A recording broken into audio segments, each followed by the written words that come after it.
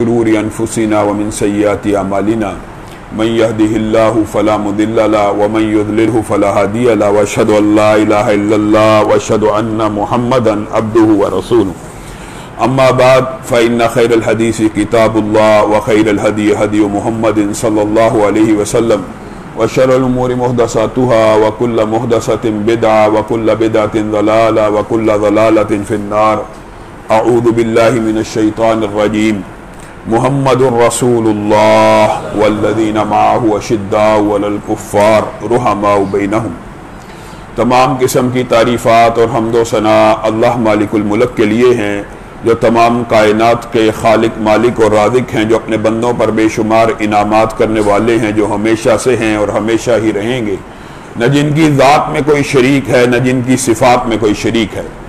حمد و ثنا کے بعد لاکھوں کروڑوں درود و سلام ہو اس ہستی اقدس و مقدس پر کہ جن کا نام نامی اور اسم گرامی حضرت محمد الرسول اللہ صلی اللہ علیہ وآلہ وسلم ہے، جنہیں تمام کائنات کا ہادی، رہنما، مقتدا، پیشوا، رہبر، امام بنا کر بھیجا گیا، اور جن کے قلب اطہر پر اللہ رب العزت نے اپنی آخری کتاب حمید کو نازل فرمایا۔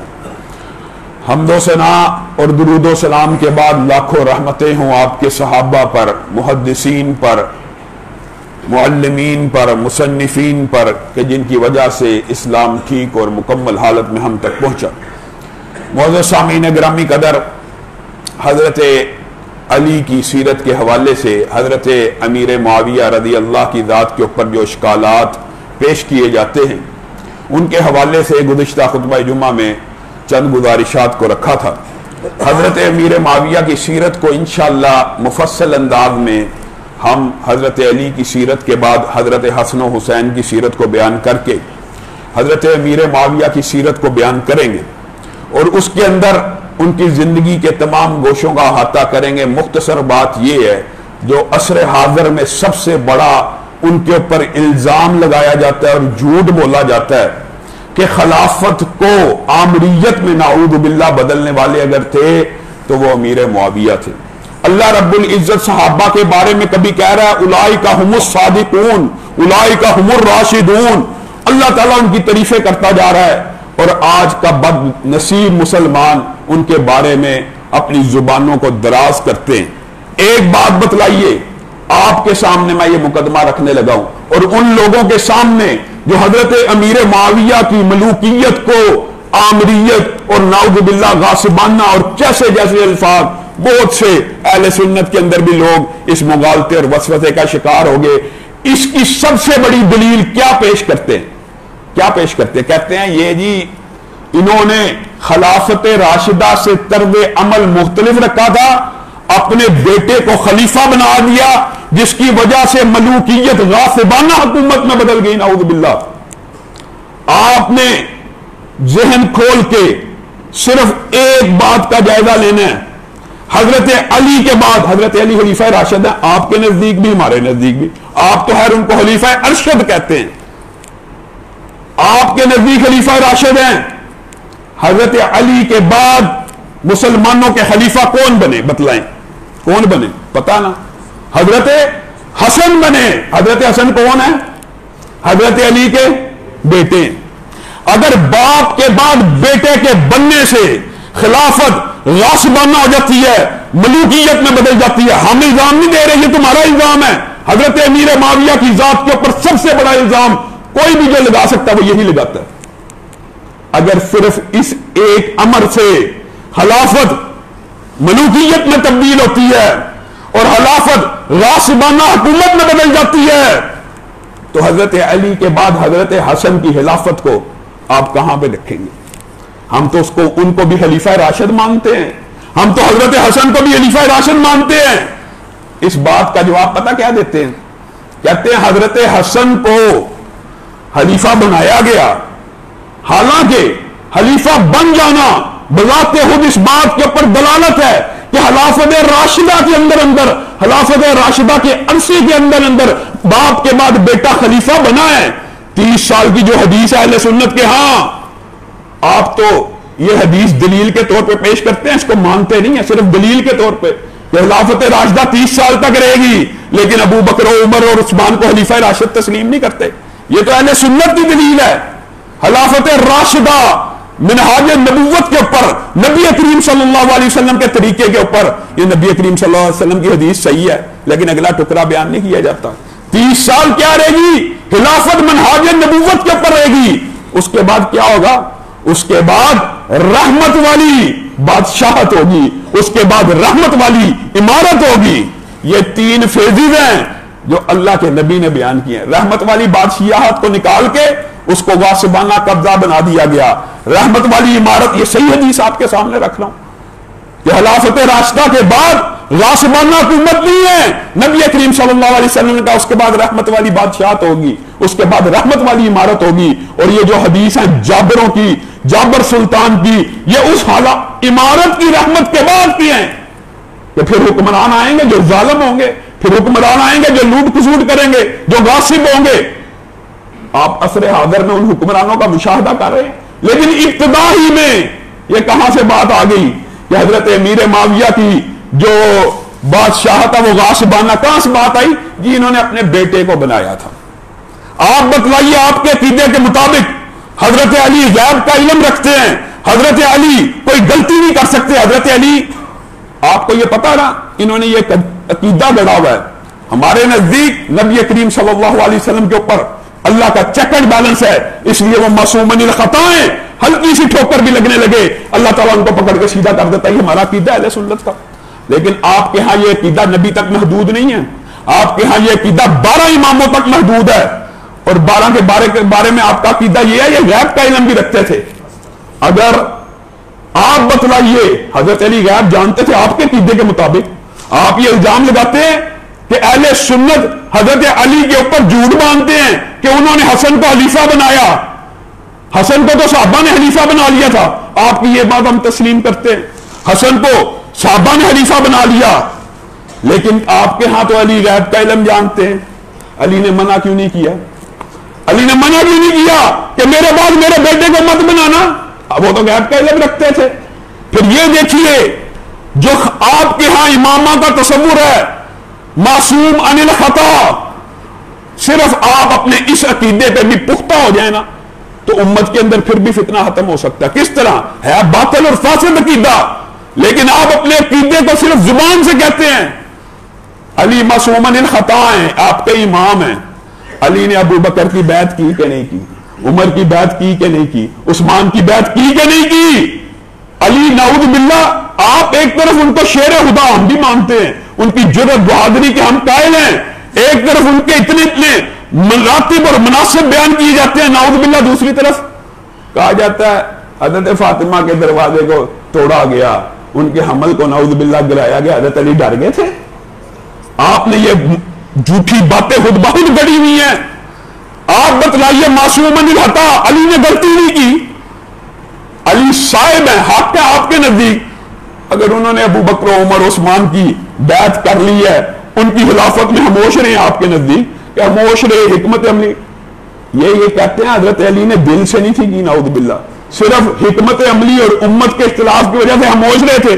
آپ کی یہ بات بھی مان لی جائے تو آپ بھی خاموش ہو جائیے.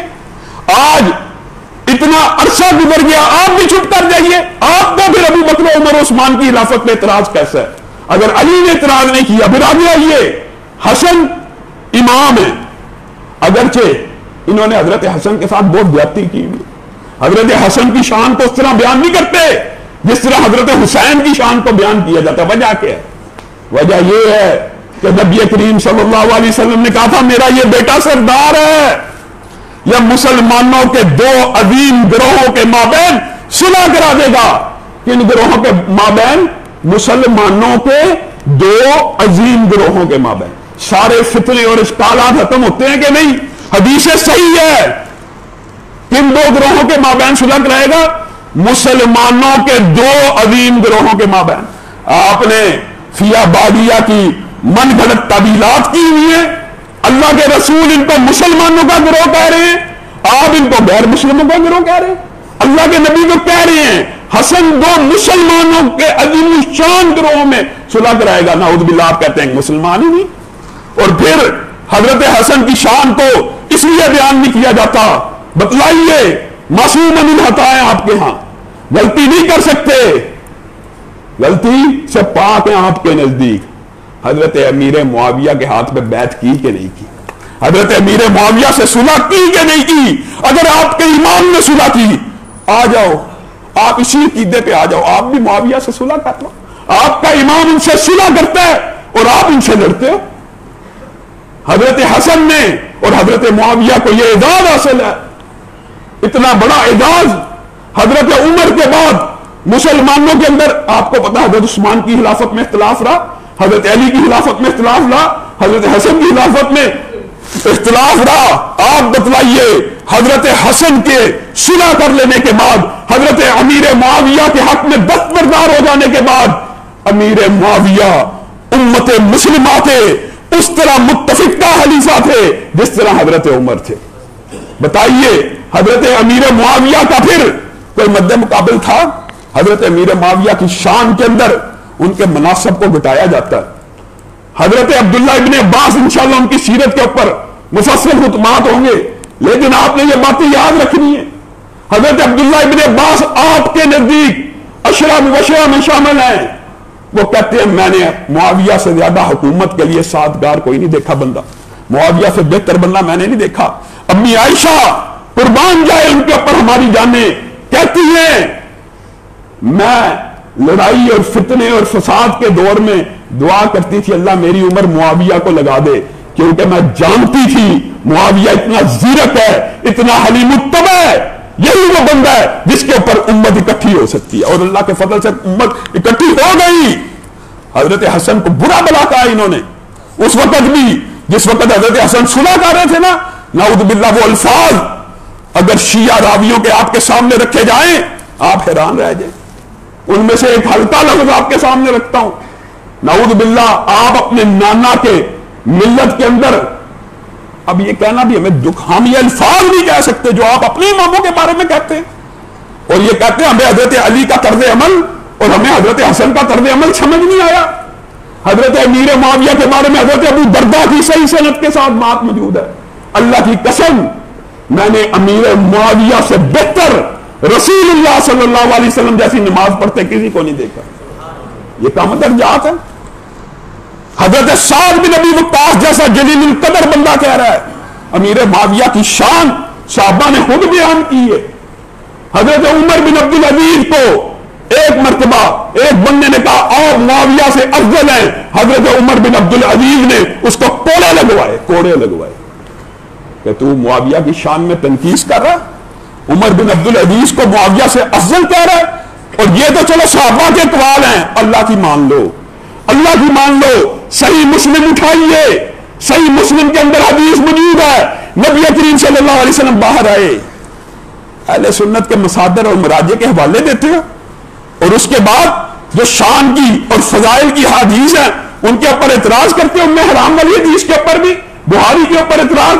اہل سنت کے ہاں اس میں کوئی اختلاف موجود نہیں ہے، لیکن میں حیران ہوتا ہوں اہل سنت کے بعض گروہ کیسے حضرت امیر معاویہ کی شان میں گستاخی اور نازیبا الفاظ کہہ سکتے ہیں۔ ہم صحیح مسلم کی حدیث ہے، نبی کریم باہر آئے، حضرت امیر معاویہ کو مخاطب کیا، کیوں بیٹھے تھے یہاں پہ آپ لوگ؟ حضرت امیر معاویہ نے کہا ہم اللہ کا ذکر کر رہے تھے، آپ کے مبعوث ہونے کا تذکرہ فرما رہے تھے۔ نبی کریم صلی اللہ علیہ وسلم نے اس گروہ کو مخاطب ہو کے کہا، اس میں معاویہ شامل نہیں، روایت کرنے والے معاویہ، خطاب نبی کا معاویہ کے ساتھ ہے۔ نبی کریم کہتے ہیں اللہ کی قسم معاویہ مجھے شک نہیں تھا، لیکن میں حیران ہوں، یعنی ایک اعجاب کا اظہار ہے، آسمان سے جبریل آیا ہے، اس نے کہا ہے اس ٹولی کے اوپر اللہ تعالیٰ فرشتوں میں فخر فرما رہا ہے، اس میں معاویہ شامل نہیں، جو حدیث کا راوی ہے، جو بیان کر رہا ہے، جس کے اوپر اور تم نے کسی کی نہیں ماننی تو اللہ کی مان لو۔ اللہ معاویہ اور ان کے ساتھیوں کے اوپر عرش پہ بیٹھ کے فرشتوں کے ہاں فخر کر رہا ہے، لیکن تم نے نہیں ماننی۔ رسول اللہ صلی اللہ علیہ وسلم نے صحیح حدیث مسند احمد کی، ایک مرتبہ معاویہ نبی کریم کو وضو کروا رہے، وضو کرواتے اچانک نبی کریم صلی اللہ علیہ وسلم نے نظر اٹھائی، کہا معاویہ اگر اللہ تجھے حکومت دے تو عدل و انصاف سے کام لینا۔ معاویہ کہتے ہیں اللہ کی قسم یہ نبی کی بات میرے سینے میں محفوظ تھی، اور مجھے پتا تھا نبی کی بات جھوٹی اور غلط نہیں ہو سکتی. ایک دن ایسا آنا ہے کہ مسلمانوں کا اقتدار میرے ہاتھ پہ ہوگا. اور پھر حلیم الطبع اپنا قول ہے, اپنا قول کہ معاویہ کے ساتھ کسی کا تعلق دھاگے کے ساتھ اگر بندہ ہو. معاویہ کے اقوال, حضرت معاویہ کے, ان کی شان میں حضرت عمر کے اقوال, میں ایک قول بیان کر کے اپنی بات کو آگے بڑھاؤں گا. حضرت معاویہ کہتے ہیں اگر میرے ساتھ کسی کا تعلق کچے دھاگے کے ساتھ بندہ ہو, اللہ کی قسم میں اس طرح کا بندہ ہوں, میں اس کو کبھی نہیں توڑوں گا. اگر وہ کھینچے گا میں ڈھیلا چھوڑ دوں گا, اگر وہ ڈھیلا چھوڑ دے گا میں کھینچ کے اپنے قریب لے آؤں گا. عربی لغت کے اندر آج بھی ان کا یہ قول سنہرے حروف سے لکھا جاتا ہے. اور حضرت معاویہ ان کی شان میں تنقیص کاتب وحی ہونے کے والے سے آپ کے سامنے میں نے روایت کو رکھا تھا. حضرت معاویہ ان کی شان و منزلت آپ بتائیے. نبی کریم نے فرمایا جو بندہ کسی کو نیکی کی ترغیب دیتا ہے, نیکی کے کام پہ لگاتا ہے, اس کو بھی اتنا اجر ملتا ہے, اس کو بھی اتنا اجر ملتا ہے جتنا نیکی کرنے والے کو. اگر کسی کے کہنے پہ کوئی نماز پڑھ رہا ہے تو نماز تو وہ پڑھ رہا ہے اس کو بھی ثواب مل رہا ہے, جس کے کہنے پہ پڑھ رہا ہے وہ بھی. آپ بتلائیے ہم میں سے الحمدللہ جتنے مسلمان 1400 سال سے مسلمان چلے آ رہے ہیں, نماز کے بعد ایک دعا پڑھتے ہیں کہ نہیں پڑھتے؟ اللہم لا مانع لما اعطیت, پڑھتے ہیں کہ نہیں پڑھتے؟ حضرت امیر معاویہ نے کہا میں نے رسول اللہ صلی اللہ علیہ وسلم کو نماز پڑھتے ہوئے دیکھا, اور جب نبی کریم سلام پھیرتے تھے یہ دعا پڑھا کرتے تھے اللہم لا مانع لما اعطیت ولا معطی لما منعت. حضرت امیر معاویہ کو بتائیے کس قدر اجر و ثواب صرف اس ایک حدیث کے بیان کرنے پہ ملتا ہوگا. آج ہر مسلمان ان کی یہ بیان کردہ روایت کے مطابق عمل کرتا, یہ دعا پڑھتا, کیا وہ اس ثواب میں شامل نہیں ہے؟ حضرت معاویہ سے متعدد مشہور حدیثیں مروی ہیں, حدیث کے راوی ہیں, بخاری نے بھی لی, مسلم نے بھی لی حدیث. کوئی ایک محدث نہیں ہے جس نے حضرت امیر معاویہ سے روایت نہ لی ہو. اگرچہ ان سے روایات کم ہیں, سینکڑوں میں ہیں, کم ہیں دیگر صحابہ کے, لیکن ان کی روایات مشہور بہت ہے. حضرت معاویہ کی ایک روایت یہ بھی ہے جو بندہ یہ پسند کرتا ہے کہ میرے استقبال کے لیے لوگ کھڑے ہیں, وہ جہنم میں اپنا ٹھکانہ بنانے کے لیے تیار ہو گئے. یہ روایت بھی حضرت امیر معاویہ سے مروی ہے, جو یہ روایت بہت سے صحابہ سے مروی ہے. اور یہ اس کی سنگینی کا اندازہ کیجئے, جو کوئی جان بوجھ کر نبی کریم صلی اللہ علیہ وسلم کے اوپر جھوٹ باندھے وہ اپنا ٹھکانہ جہنم میں بنا لے. میرے بھائیو یہ تو عصر حاضر اور سوشل میڈیا کے دور میں اتنا بڑا فتنہ پڑ چکا ہے, صرف نبی تک کوئی بات نہیں منسوب کی جاتی بلکہ کیا کیا جاتا ہے, نیچے حدیث نمبر بھی لکھ دیا جاتا ہے. نعوذ باللہ, حدیث نمبر بھی لکھ دیا جا رہا ہے. اب جھوٹ اس قدر بڑھ گیا, نبی کے اوپر جھوٹ باندھنا شریعت سازی کرنا ہے, اس لیے یہ اتنا بڑا گناہ ہے کہ جو نبی کریم صلی اللہ علیہ وسلم کے اوپر جھوٹ باندھے وہ اپنا ٹھکانہ جہنم میں بنا لے. اور حضرت امیر معاویہ کی جو بہت مشہور حدیث ہے وہ یہ ہے کہ اللہ تعالیٰ جس سے بھلائی کا ارادہ کرتا ہے اس کو دین کی سمجھ دیتا, ہر بندے کو پتا. حضرت امیر معاویہ سے مروی ہے یہ روایات. اس کے علاوہ بھی متعدد روایات ہیں جن میں سے بہت زیادہ مشہور یہ روایت ہے کہ میری امت کے 73 فرقے بنیں گے, ان میں سے ایک فرقہ جنت میں جائے گا, باقی سب جہنم میں جائیں گے. اور اس فرقے کی نشانی کیا ہوگی؟ وہ صرف اتنا کرے گا جتنا رسول اللہ صلی اللہ علیہ وسلم نے بتلایا, اور اتنا کرے گا جس کے اوپر صحابہ نے عمل کیا. آپ بتائیے صحابہ بعد میں آنے والے اماموں کے اقوال کے اوپر عمل کر سکتے تھے؟ عام فہم بات ہے, سیدھی بات ہے. وہ فرقہ کون ہوگا؟ اس فرقہ ناجیہ کے اوپر اہل سنت کا اتفاق ہے, اجماع ہے, وہ صرف اتنا کرے گا جتنا رسول اللہ صلی اللہ علیہ وسلم نے کیا اور کہا. اور دوسری اس میں شرط کیا ہے, جتنا صحابہ کرام کیا کرتے تھے. صحابہ کون سا کام کر سکتے تھے جو رسول اللہ نے بتلایا؟ کیا صحابہ یہ ممکن ہے کہ اپنے بعد 100 سال بعد آنے والے امام ابو حنیفہ رحمہ اللہ, امام احمد, امام شافعی, امام مالک کے اقوال پہ عمل کرتے ہوں؟ آپ بتلائیے کیسے ممکن ہے؟ اللہ کے فضل و کرم سے جس بندے کا بھی یہ عقیدہ ہے میں صرف وہ کام کروں گا جو رسول اللہ نے بتلایا, جو صحابہ نے کیا, اس سے آگے میں نے سننا ہی نہیں. دین مکمل ہے, دین کامل ہے, دین اکمل ہے. حضرت امیر معاویہ کی یہ شان, یہ فضیلت, یہ مرتبہ, تم آپس کے اندر جو ایک اختلاف ہے جس کی بنیاد آپ کے سامنے رکھ دی ہے, حضرت امیر معاویہ سے صحیح سند کے ساتھ صحیح سند کے ساتھ آپ کے سامنے بات رکھتا ہوں. حضرت امیر معاویہ کہتے ہیں اللہ کی قسم میں علی سے افضل نہیں، اللہ کی قسم علی مجھ سے خلافت میں زیادہ حقدار ہے، اور نہ میں خلافت کا متمنی ہوں، نہ میں علی سے خلافت چھیننے کے لیے صفین میں آیا ہوں. میں تو چاہتا ہوں کہ علی کے ہمراہ جو قاتلین عثمان ہیں علی ان کو میرے حوالے کر دیں. حضرت علی کے پاس ٹیم گئی، مذاکرات ہوئے، آپ کے سامنے یہ باب رکھا. حضرت علی نے کہا میری مجبوری ہے، ان کے قبیلے کنبے بہت بہت بڑے ہیں، میں کیسے ان کے حوالے کروں، میرے پہ بیعت کر، مجھے مضبوط کر. یہ اختلاف آپ کے سامنے رکھ چکا. اس کی بنیاد کے اوپر صفین کی جنگ ہوئی جس کا احوال پچھلے جمعے آپ کے سامنے رکھا تھا. اب وہ جب جمعے کی رات کو اس قدر زیادہ قتل ہوا، اگلے دن رؤسائے قریش اس بات کے بارے میں غور و فکر کرنے لئے. تقریریں بھی موجود ہیں تاریخ کے اندر کہ اگر ہم اس طرح لڑتے رہے تو عرب کی مائیں ساری کی ساری بیوہ ہو جائیں گی، بیویاں بیوہ ہو جائیں گی، ماں سے بچے چھین لیے جائیں گے. تقریریں موجود ہیں. حضرت امیر معاویہ کو پتہ لگا میرے لشکر کا سپہ سالار یہ تقریر کر رہا ہے. ڈانٹا نہیں، کہا یہ درست کہہ رہا ہے، کیا کیا جائے، اس جنگ کو بند کرنا چاہیے. حضرت علی کی طرف پیغام بھیج رہے ہیں کہ دونوں طرف سے بہت سے مسلمان شہید ہو چکے ہیں. اختلاف عثمان کے قاتلوں کو گرفتار کرنے کا تھا. ایسی بات نہ ہو جائے کہ کل قیامت کے دن اللہ کے ہاں ہماری گرفت ہو جائے. اور یہ جھوٹ بولتے ہیں امیر معاویہ کے اس پیغام کو علی نے ریجیکٹ کیا. اللہ کی قسم علی نے اس پیغام کو قبول کیا. حضرت امیر معاویہ نے اور ان کے لشکریوں نے یہ پیغام بھیجا، آئیے قرآن کے مطابق فیصلہ کرتے ہیں. اور قرآن کے مطابق فیصلے کا مطلب کیا تھا، جس واقعے کو واقعہ تحکیم کے نام سے یاد کیا جاتا ہے. فیصلے کا مطلب یہ ہے آ جاؤ فَإِن تَنَازَعْتُمْ فِي شَيْءٍ، اگر کسی بات کے اوپر تنازع ہو جائے مسلمانوں کے مابین آ جاؤ اللہ کی طرف پلٹ آئیے، رسول اللہ کی طرف پلٹ آئیے. انہوں نے کہانیاں گڑھی ہوئی ہیں. امیر معاویہ اور ان کے لشکر نے جب حضرت علی کو یہ پیغام بھیجا، حضرت علی نے کہا میں نہیں مانتا، نعوذ باللہ. اگر مانتے نہیں تھے تو ان کے اوپر کون سی زبردستی، یہ انہوں نے جبر بنایا ہوا ہر کام میں. حضرت علی مجبور تھے، نعوذ باللہ. آپ ایک طرف ان کو دلیر، بہادر، شجاع ہر بات کہتے ہیں، دوسری طرف کہتے ہیں علی نے مجبوری سے صلح کر لی کہ مسلمان شہید ہو رہے.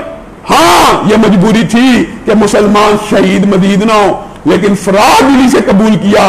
علی نے کہا کیسے ہو سکتا ہے کہ میں قرآن کے فیصلے کو نہ مانوں. ہاں مسلمانوں کے دو گروہوں میں جب لڑائی ہو جائے تو اس کا بہترین طریقہ یہ ہے ایک حکم یہاں سے مختص کیا جائے، ایک حکم وہاں سے مختص کر دیا جائے، نامزد کر دیا جائے، وہ دونوں آپس میں جس بات کے اوپر اتفاق کریں ہم مان لیں گے. یہ حضرت علی نے تجویز پیش کی. حضرت امیر معاویہ کی طرف سے آئی فیصلہ کن اتھارٹی اس وقت حضرت علی کے پاس تھی.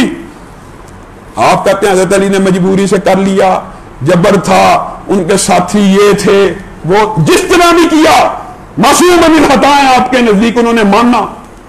اور انہوں نے اپنی طرف سے کس کو حکم مقرر کیا؟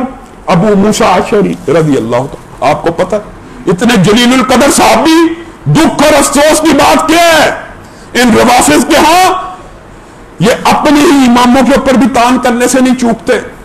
حضرت حسن کے بارے میں تان ہے، حضرت علی کے اس واقعے کے اوپر تان بھی کرتے ہیں، چھپی ہم وہ لمز بھی کرتے ہیں، ساتھ ساتھ یہ بھی کہتے ہیں یہ تھا وہ تھا. اب حکم حضرت علی کی طرف سے ابو موسیٰ اشعری نعوذ باللہ اتنا جلیل القدر صحابی، 2 ہجرتیں کی ہوئی، اولین اسلام کو قبول کرنے والا، مہاجر، سابقون الاولون میں شامل ہے. جب علی کی طرف سے حکم بن گیا اب کتابیں بڑھی ہوئی ہیں، علی سے ڈیسیژن غلط ہو گیا، نعوذ باللہ نعوذ باللہ ثم نعوذ باللہ. یہ کفر ہم سمجھتے ہیں یہ کہنا بھی، ایک کم عقل کو حکم بنا لیا، نعوذ باللہ. آپ نے یہ لکھ دیا ایک کم عقل کو. اس کے مقابلے میں حضرت عمر بن العاص کو حضرت امیر معاویہ نے اپنی طرف سے نمائندہ مقرر کیا.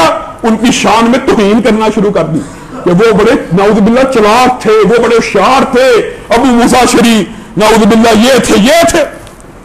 آپ اپنے لوگوں کو نہیں چھوڑتے. حضرت علی نے جس کو نامزد کیا آپ نے ان کی توہین کر دی. کس وجہ سے؟ پتہ کس وجہ سے؟ کہ صلح کیوں ہوئی ہے مسلمانوں کے درمیان. صلح کیوں ہے؟ صلح چاہتے نہیں ہے. آج بھی یہ صلح نہیں چاہتے. آج بھی ہم ان کو یہ دعوت دیتے آئیے ابو بکر، عمر، عثمان اور معاویہ کی عزت کیجیے. اللہ کی قسم ہم کبھی آپ کے خلاف کوئی لفظ نہیں بولیں گے، لیکن آپ سے صحابہ کی عزت کروا کے چھوڑیں گے. اگر آپ یہ کہیں گے کہ ہم نبی کے صحابہ کے بارے میں برا بھلا کہتے رہے اور مسلمان خاموش رہے، یہ ممکن نہیں ہے۔ حضرت عمر بن العاص پتہ ہے نا کون ہے؟ اس قدر زیرت، اس قدر دانا، ان کے اوپر یہ طنزیں کرتے ہیں۔ فتح مکہ سے کچھ دیر قبل اسلام قبول کیا۔ ابو موسیٰ اشعری کے فضائل تو لوگوں کو پتہ ہے۔ عمر بن العاص فتح مکہ سے تھوڑی دیر پہلے اسلام قبول کیا، لیکن شان و منزلت ایسی ہے، نبی کریم صلی اللہ علیہ وسلم کے بعد ایک مقدمہ آیا، نبی کریم صلی اللہ علیہ وسلم نے عمر کو کہا جاؤ اس مقدمے کا فیصلہ کرو۔ عمر بن العاص نے کہا آقا آپ کے ہوتے ہوئے عمر اس مقدمے کا فیصلہ کیسے کر سکتا ہے؟ نبی کریم صلی اللہ علیہ وسلم نے کہا حق میرا ہے، لیکن یہ حق میں تجھے تفویض کرتا ہوں۔ اتنی بڑی شان، اتنا بڑا مرتبہ، نبی کریم صلی اللہ علیہ وسلم ان سے اتنا پیار کیا کرتے تھے، یہ رجل صالح ہے، یہ نیک آدمی ہے، اور پیار ایک دفعہ اتنا کیا۔ نبی کریم صلی اللہ علیہ وسلم کی مسکراہٹوں کے حوالے سے جو واقعات ہیں ان میں عمر بن العاص کا یہ واقعہ مشہور ہے۔ کیا ہوا؟ ایک غزوے پہ نبی کریم نے ان کو امیر بنا کے بھیجا، اس رات ان کو احتلام ہو گیا۔ اب رات سرد تھی، ٹھنڈی، باقی صحابہ نہانا شروع کر دیا۔ انہوں نے اپنے اجتہاد سے، ابھی 4 مہینے ہوئے صرف اسلام کو قبول کیے، 4 ماہ، ذہانت اور فقاہت دیکھیے، اپنے اجتہاد سے تیمم کر لیا، تیمم کر کے نماز پڑھا دی۔ باقی صحابہ نے کہا یہ کہ ہم نہائے ہیں اور جو ہمارے سامنے عمر بن العاص وہ تیمم کر رہا ہے جو غسل کا قائم مقام ہے، یہ کیسے ہو سکتا ہے؟ ان کو غسل کرنا چاہیے۔ نبی کریم کے پاس مقدمہ لایا گیا۔ نبی کریم نے کہا ہاں جی آپ نے سنا آپ حالت جنابت میں تھے، آپ کو احتلام ہوا اور آپ نے غسل نہ کیا، آپ نے تیمم کیا۔ کہا آقا بالکل ایسا ہی ہوا، میں نے قرآن کی آیت پڑھی تھی، ابھی صرف 4 مہینے ہوئے مسلمان ہوئے، لیکن 4 مہینے میں قرآن کے اوپر عبور حاصل کر لیا۔ وَلَا تَقْتُلُوا أَنفُسَكُمْ، اپنی جانوں کو ہلاکت میں مت ڈالو، اپنی جانوں کو قتل نہ کرو۔ نبی کریم صلی اللہ علیہ وسلم اتنی زور سے مسکرائے، نبی کریم صلی اللہ علیہ وسلم کی داڑھیں نظر آنا شروع ہوگی۔ کہا عمر بن العاص نے درست فیصلہ کی۔ یہ اتنا عظیم صحابی اس کے اوپر تان کرتے ہیں کہ یہ بڑے ہوشیار چلاک تھے، ابو موسیٰ اشعری کو نعوذ باللہ بے وقوف بنا دیا۔ آپ کا یہ جملہ بھی آپ کے خلاف جاتا ہے۔ علی تو غیب کا علم جانتے ہیں، علی نے کیسے بنا دیا؟ علی کو پتا نہیں تھا یہ رزلٹ نکلنا؟ رزلٹ کیا نکلا؟ اس رزلٹ سے چڑھ کھاتے ہیں۔ مسلمانوں کی آپس میں صلح ہو گئی، مسلمانوں نے اس بات پر اتفاق کر لیا، آپس میں تحکیم کے واقعے میں مسلمانوں کا اتفاق ہو گیا کہ ٹھیک ہے جو یہ فیصلہ 2 بندے کریں گے قاتلین عثمان کے بارے میں، دونوں گروہوں کو منظور ہوگا۔ لمبی تحریر ہے، اس کا مختصر آپ کے سامنے خلاصہ رکھ رہا ہوں۔ شام والوں کی ساری ذمہ داری امیر معاویہ کے ذمہ ہوگی، باقی امت کی علی کے ذمہ۔ اگر ایک دوسرے کے اوپر اس صلح کے معاہدے کے مابین کوئی حملہ کرے گا، اس کے ذمہ دار ان کے امیر ہوں گے، یعنی امیر معاویہ کی ذمہ داری ہے شام کا کوئی بندہ اس لشکر پہ حملہ نہ کرے، اور حضرت علی کی ذمہ داری ہے ان کا کوئی بندہ ادھر حملہ نہ کرے جب تک فیصلہ نہیں ہو جاتا۔ یہی وہ فیصلہ ہے جس کی وجہ سے سپاہیوں نے خارجیوں کی شکل اختیار کی اور امت محمدیہ صلی اللہ علیہ وسلم میں پہلا باضابطہ نامزد فرقہ وجود میں آیا۔ حضرت علی نے جب اس فیصلے کو قبول کر لیا، آج بھی رافضی اس فیصلے سے دکھتے ہیں، آج بھی رافضیوں کو یہ فیصلہ قبول نہیں۔ اس دور کے سپاہیوں اور رافضیوں کو بھی منظور نہیں تھا۔ انہوں نے کیا کہا؟ انہوں نے کہا علی تو نے اس لیے اتنی جنگیں کرائی تھی، جنگ جمل ہوئی، صفین ہوئی، قتل تو عثمان کا انہوں نے کیا ہوا تھا، ان کو تو پتہ لگ گیا، پھر مسلمانوں کی صلح ہو گئی ہے اور تو ہم نہیں مرنا ہے۔ انہوں نے نعرہ کیا بلند کیا؟ انہوں نے کہا نعوذ باللہ علی رضی اللہ نے کفر کر دیے۔ پہلے علی کو خدا بنایا، پہلے علی کو الہ بنایا، پہلے علی کو سجدہ کیا، علی نے زندہ جلا دیا ان لوگوں کو بھی کہ جو مجھے الہ بناتے ہیں۔ بعد میں کہاں پہ اتر آئے؟ جب پتہ لگا امیر معاویہ سے صلح ہو رہی ہے، پھر کیا کرنے پہ اتر آئے؟ یہ علی تو نے کفر کیا نعوذ باللہ۔ پھر اس گروہ کو انہوں نے، اس گروہ کے بارے میں اہل سنت کا عقیدہ ہے، ان کو کیا کہا گیا؟ خارجی۔ یہ سارے خارجی ہیں، یہ اسلام سے اس طرح نکل گئے تھے۔ اس کی بنیاد بھی سبائی فتنہ ہے۔ حضرت علی نے عبداللہ ابن عباس کو ان کے پاس بھیجا کہ جا کے ان سے مناظرہ کرو، ان کو سمجھایا، وہ نہ سمجھے، حضرت علی نے سمجھانے کی کوشش کی۔ ہاں حضرت علی کے ساتھ یہ ٹریجڈی ضرور رہی ہے کہ پہلے حضرت علی جنگ جمل میں بیجی رہے، صفین میں بیجی رہے، مسلمانوں کا اتفاق و اتحاد ہوا تو اپنے ہی گروہ کے رافضی سبائی خارجی بن گئے۔ حضرت علی کے اس موقع کے اوپر کئی ہی الفاظ ہیں کاش میری قوم میری اطاعت کرتی، میں اللہ کی دھرتی کے اوپر اسلام کو غالب کر دیتا۔ اور حضرت علی کے وہ مظلومانہ الفاظ بھی اسی رات کے ہیں جس وقت انہوں نے اللہ کو کہا اللہ میں ان لوگوں سے تھک گیا، اللہ میں ان لوگوں سے تھک گیا ہوں، اللہ اگر میری موت میرے لیے بہتر ہے مجھے قبول ہے، میں ان کی بے وفائیوں سے تنگ آ چکا ہوں۔ وہی لوگ جو علی کے ساتھ، جن کی وجہ سے امت میں اختلاف پڑا، جس کی وجہ سے امی عائشہ اور امی معاویہ نے حضرت علی سے سیاسی اختلاف کیا، حضرت علی ان کو شروع میں اپنے اجتہاد کی وجہ سے کہتے رہے کہ ابھی میں نے ان کو حوالے نہیں کرنا، حضرت علی ان کو اپنی طرف سے اس وقت تک قتل نہیں تھے کروانا چاہتے جب تک خلافت اور قوت مضبوط نہ ہو جائے۔ یہی وہ لوگ تھے۔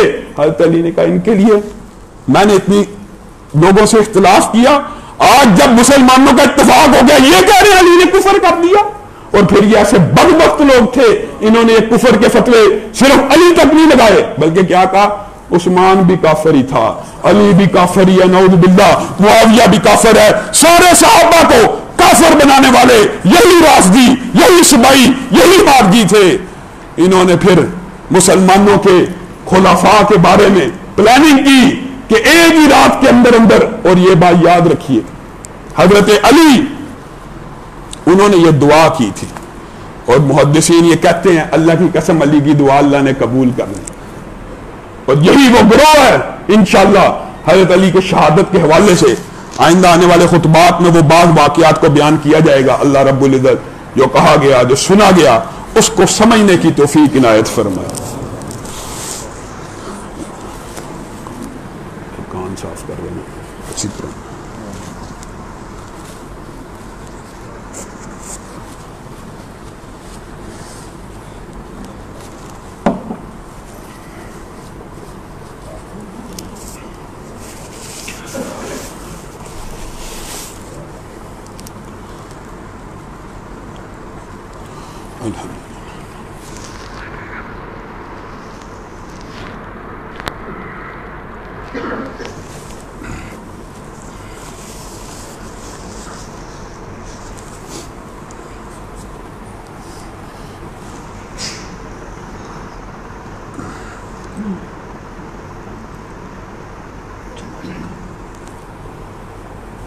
ارشد صاحب کی والدہ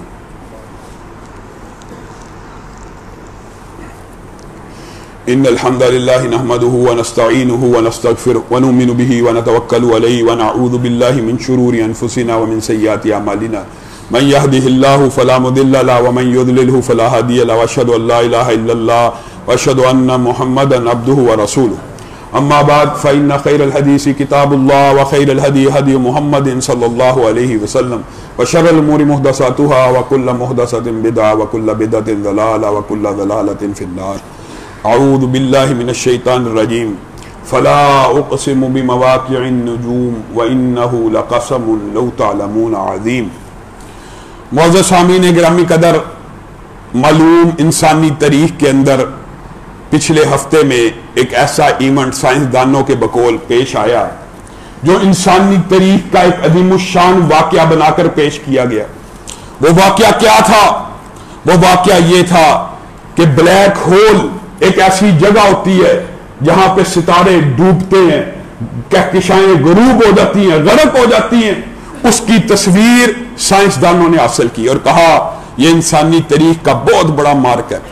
آئیے میں آپ کو اس واقعے سے وقوع پذیر جب سے انسان پیدا ہوا، جتنے بھی آپ حساب لگا لیں 10,000 سال 20,000 سال جتنے بھی سال حضرت آدم سے لے کے کتنے ہزار برس لگے انسان کو ایک ایسا آلہ ایجاد کرنے میں کہ جو وہ جگہ دیکھ سکے جہاں ستارے ڈوبتے ہیں۔ لیکن اللہ رب العزت کلام حمید میں کیا ارشاد فرماتے ہیں؟ 1300 سال کی پہلے تصویریں اٹھا لیجئے، 1200 سال پہلے کی تصویریں اٹھا لیجئے، اس چیز کی ہم آپ کو دعوت دیتے ہیں کہ جو وحی ہوتی ہے اس میں کوئی شک اور شبہ نہیں ہوتا، وحی کا علم پکا ٹھوس پختہ ہوتا ہے۔ آئیے وحی کی طرف توجہ کیجئے۔ فلا اقسم بمواقع النجوم وانہ لقسم لو تعلمون عظیم، میں رب قسم کھاتا ہوں ستاروں کے غرق ہونے کی جگہ کی۔ اور اللہ نے جو خطاب کیا علم کے ساتھ اس خطاب کو خاص بھی کر دیا. صحابہ کو بھی ٹھیک ہے علم تھا کہ ستاروں کے غرق ہونے کی جگہ بہت عظیم ہوگی، لیکن اللہ تعالیٰ کہہ رہے ہیں وَإِنَّهُ لَقَسَمٌ لَوْ تَعْلَمُونَ عَظِيمٌ، شاید تم جان لو، اور اگر تم جان لو، اور ایک دن اللہ کو پتا تھا وہ آنا ہے، ایک دن اللہ کو پتا تھا وہ آئے گا، اگر تمہیں معلوم پڑ جائے یہ قسم کتنی عظیم جگہ کی ہے تو تم اللہ کی قدرت کو مان لو. لیکن نہیں، آج کا سائنسدان ملحد، مذہب بیدار، دین بیدار ہو گیا ہے. اللہ اس کو خطاب کرتے ہوئے کہہ رہا ہے آؤ میں قسم کھاتا ہوں جہاں میں ستاروں کو غرق کرتا ہوں، جہاں میں ستاروں کو طلوع کرتا ہوں، جہاں میں ستاروں کو غروب کرتا ہوں، اگر تم اس جگہ کا مشاہدہ کر لو تو تمہیں اندازہ ہو جائے تمہارا رب کتنی قوت و طاقت والا ہے. تمہیں اندازہ ہی نہیں، اگر تمہارا رب زمین و آسمان کو چھوڑ دے کون ہے پھر ان کی رفتار کو روک سکے؟ دنیا کی کوئی طاقت نہیں روک سکتی. آئیے وحی کے علم کی طرف پلٹیے. وحی کا علم سالڈ اور ٹھوس ہے. کیا بھٹکتے پھرتے ہو؟ کہکشاؤں کا سفر، ٹائم ٹریولنگ، انٹر سپیس سفر، آؤ آپ کو بتلاتا ہوں. ہاں، ہمارے باپ آدم کو اللہ رب العزت نے آسمانوں سے، جنتوں سے زمین پہ پھینکا. صحیح وحی کی قسم یہ ہے. تم ابھی تک الجھے ہوئے ہو کہ ٹریولنگ ہو سکتی ہے، کیوں نہیں ہو سکتی؟ حدیث سے، وحی سے یہ بات ثابت ہے کہ ابن آدم میں سے 3 انسان پختہ علم کے مطابق انہوں نے اپنے وجود کے ساتھ سپیس میں سفر کیا اور سپیس سے واپس آئے، یعنی دوسری کہکشاؤں پہ سفر کیا اور وہاں سے واپس آئے. پہلا قرآن پاک میں حضرت آدم کا واقعہ آپ کو پتا، زمین پہ اتارا گیا. دوسرا حضرت عیسیٰ کو دوبارہ آسمانوں پہ اٹھایا گیا. تیسرا نبی کریم صلی اللہ علیہ وسلم کو معراج ہوا. بتلائیے تم کس سائنس کے پیچھے بھاگتے ہو؟ وحی کے علم کی طرف آؤ. وحی کا علم ٹھوس ہے. آپ بتلائیے آج کی سائنس جتنی مرضی ترقی کر جائے، ذرا اس ایک نقطے کے اوپر غور کرنا، دنیا میں کون سا سائنسدان ایسا ہے جس نے عدم سے کوئی چیز کو وجود بخشا ہو؟ بات سمجھ آ رہی ہے؟ خالق کائنات اور رب وہ ہوتا ہے جو چیز کو عدم سے وجود بخشتا ہے. حل تعالی الانسان حین من الدہر لم یکن شیئا مذکورا. بتلائیے دنیا کا کون سا سائنسدان ایسا ہے؟ کیا کرتے ہیں؟ موجودات، یعنی جو چیزیں موجود ہوتی ہیں نا ان کو آپس میں جوڑ کے ایک نئی چیز بنا دی. یہ تخلیق ہے، یہ تخلیق ہے. یہ تو آپ نے کنسٹرکشن کی، بلڈ کیا، چیزوں کو، موجود چیزوں کو استعمال کر کے ایک نئی چیز بنائی. یا آپ اگر رب ہونے کا دعویٰ کرنے والے اور آج کی سائنس فزکس کو اپنا رب مان رہی ہے، افسوس اور دکھ کی بات. اگر آپ اس کو رب بناتے ہیں تو بتائیے، قرآن کی اس آیت کا جواب دیجیے جو اللہ کہتا ہے میں نے ہر چیز کو عدم سے وجود بخشا.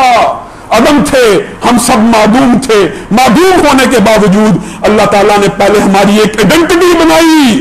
کہاں بنائی؟ عالم ارواح میں بنائی. تب وجود بھی موجود نہیں تھا، لیکن آئیڈینٹی پہلے پیدا کی. اس کے بعد عدم سے چیزوں کو وجود بخشنے والا کون سی ذات ہے؟ اللہ.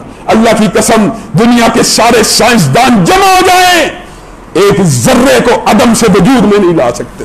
بتائیے موجودات میں سے چیزوں کو ایجاد کرنا یہ کون سی کوئی بڑا کارنامہ ہے؟ ساری اللہ نے بنائی ہے، ان کو جوڑ کے کوئی نئی چیز بنا لیتے ہیں اور اللہ کو چیلنج کرتے آؤ اس بارے کے اوپر غور و فکر کرو. اللہ نے خطاب ہی تمہیں کیا ہے کہ اگر تم جانتے ہوتے کہ یہ قسم کتنی عظیم ہے، تمہیں پتہ لگ جائے نا اگر اس جگہ کی حقیقت کا، تو تم رب کی قدرت کو مان جاؤ گے. آؤ اب تو مان لو. کون ہے جو اس طرح کا نظام چلا رہا ہے، نظام ہست و بود؟ کون ہے جو ایسی تخلیق کرتا ہے؟ میں اور آپ تخلیق کرتے ہیں. ہمیں ایک ٹھوس کینوس کی ضرورت ہے، ہمیں رنگوں کی ضرورت ہے، ہمیں روشنی کی ضرورت ہے. دنیا کا کوئی مصور ایسا نہیں ہے جو ان 3 چیزوں کے علاوہ تصویر ہی بنا سکے. اس کو کوئی کینوس چاہیے، اس کو روشنی چاہیے، اس کو رنگ چاہیے. یہ 3 چیزوں کے بغیر کوئی مصور تصویر نہیں بنا سکتا. اور تمہارا رب وہ ہے جو بغیر کینوس کے اندر، بغیر روشنی کے اندر، بغیر رنگ کے ساتھ تمہیں ماں کے پیٹ میں پیدا کر دیتا ہے. بتائیے کون سی ٹھوس جگہ ہے؟ کون سا روشنی کا سسٹم ہے انسان کے جسم کے اندر؟ کون سا رنگ بے رنگ گندے مادے کے ساتھ ایک جیتا جاگتا خوبصورت رنگدار انسان اللہ پیدا کرنے والا ہے. تم مصور اتنے نکمے ہو تم اللہ کو چیلنج کرتے ہو، تم ایک تصویر نہیں بنا سکتے ان 3 چیزوں کے بعد بغیر۔ اللہ رب العزت ہمیں اللہ کی حقانیت کے اوپر اور اللہ رب العزت کی قدرت کے اوپر ایمان لانے کی توفیق دے۔ ہمارے ایک بھائی ہیں ارشد بھائی، ان کی والدہ کا انتقال ہو گیا اور وہ چاہتے یہ ہیں کہ سنت نبوی کے مطابق ان کا غائبانہ نماز جنازہ یہاں پڑھا جائے۔ ان کے ہمارے نمازی ہیں مستقل، ان کی اس خواہش کی وجہ سے انشاءاللہ جمعے کے بعد نماز جنازہ بھی ہوگا غائبانہ۔ اور دوسری بات یہ آپ کے سامنے رمضان آ رہا ہے، اس کی تیاریاں جاری ہیں، آپ سب احباب اس کام میں بھی بڑھ چڑھ کے حصہ لیں، اور بہت سے ساتھیوں نے دعاؤں کا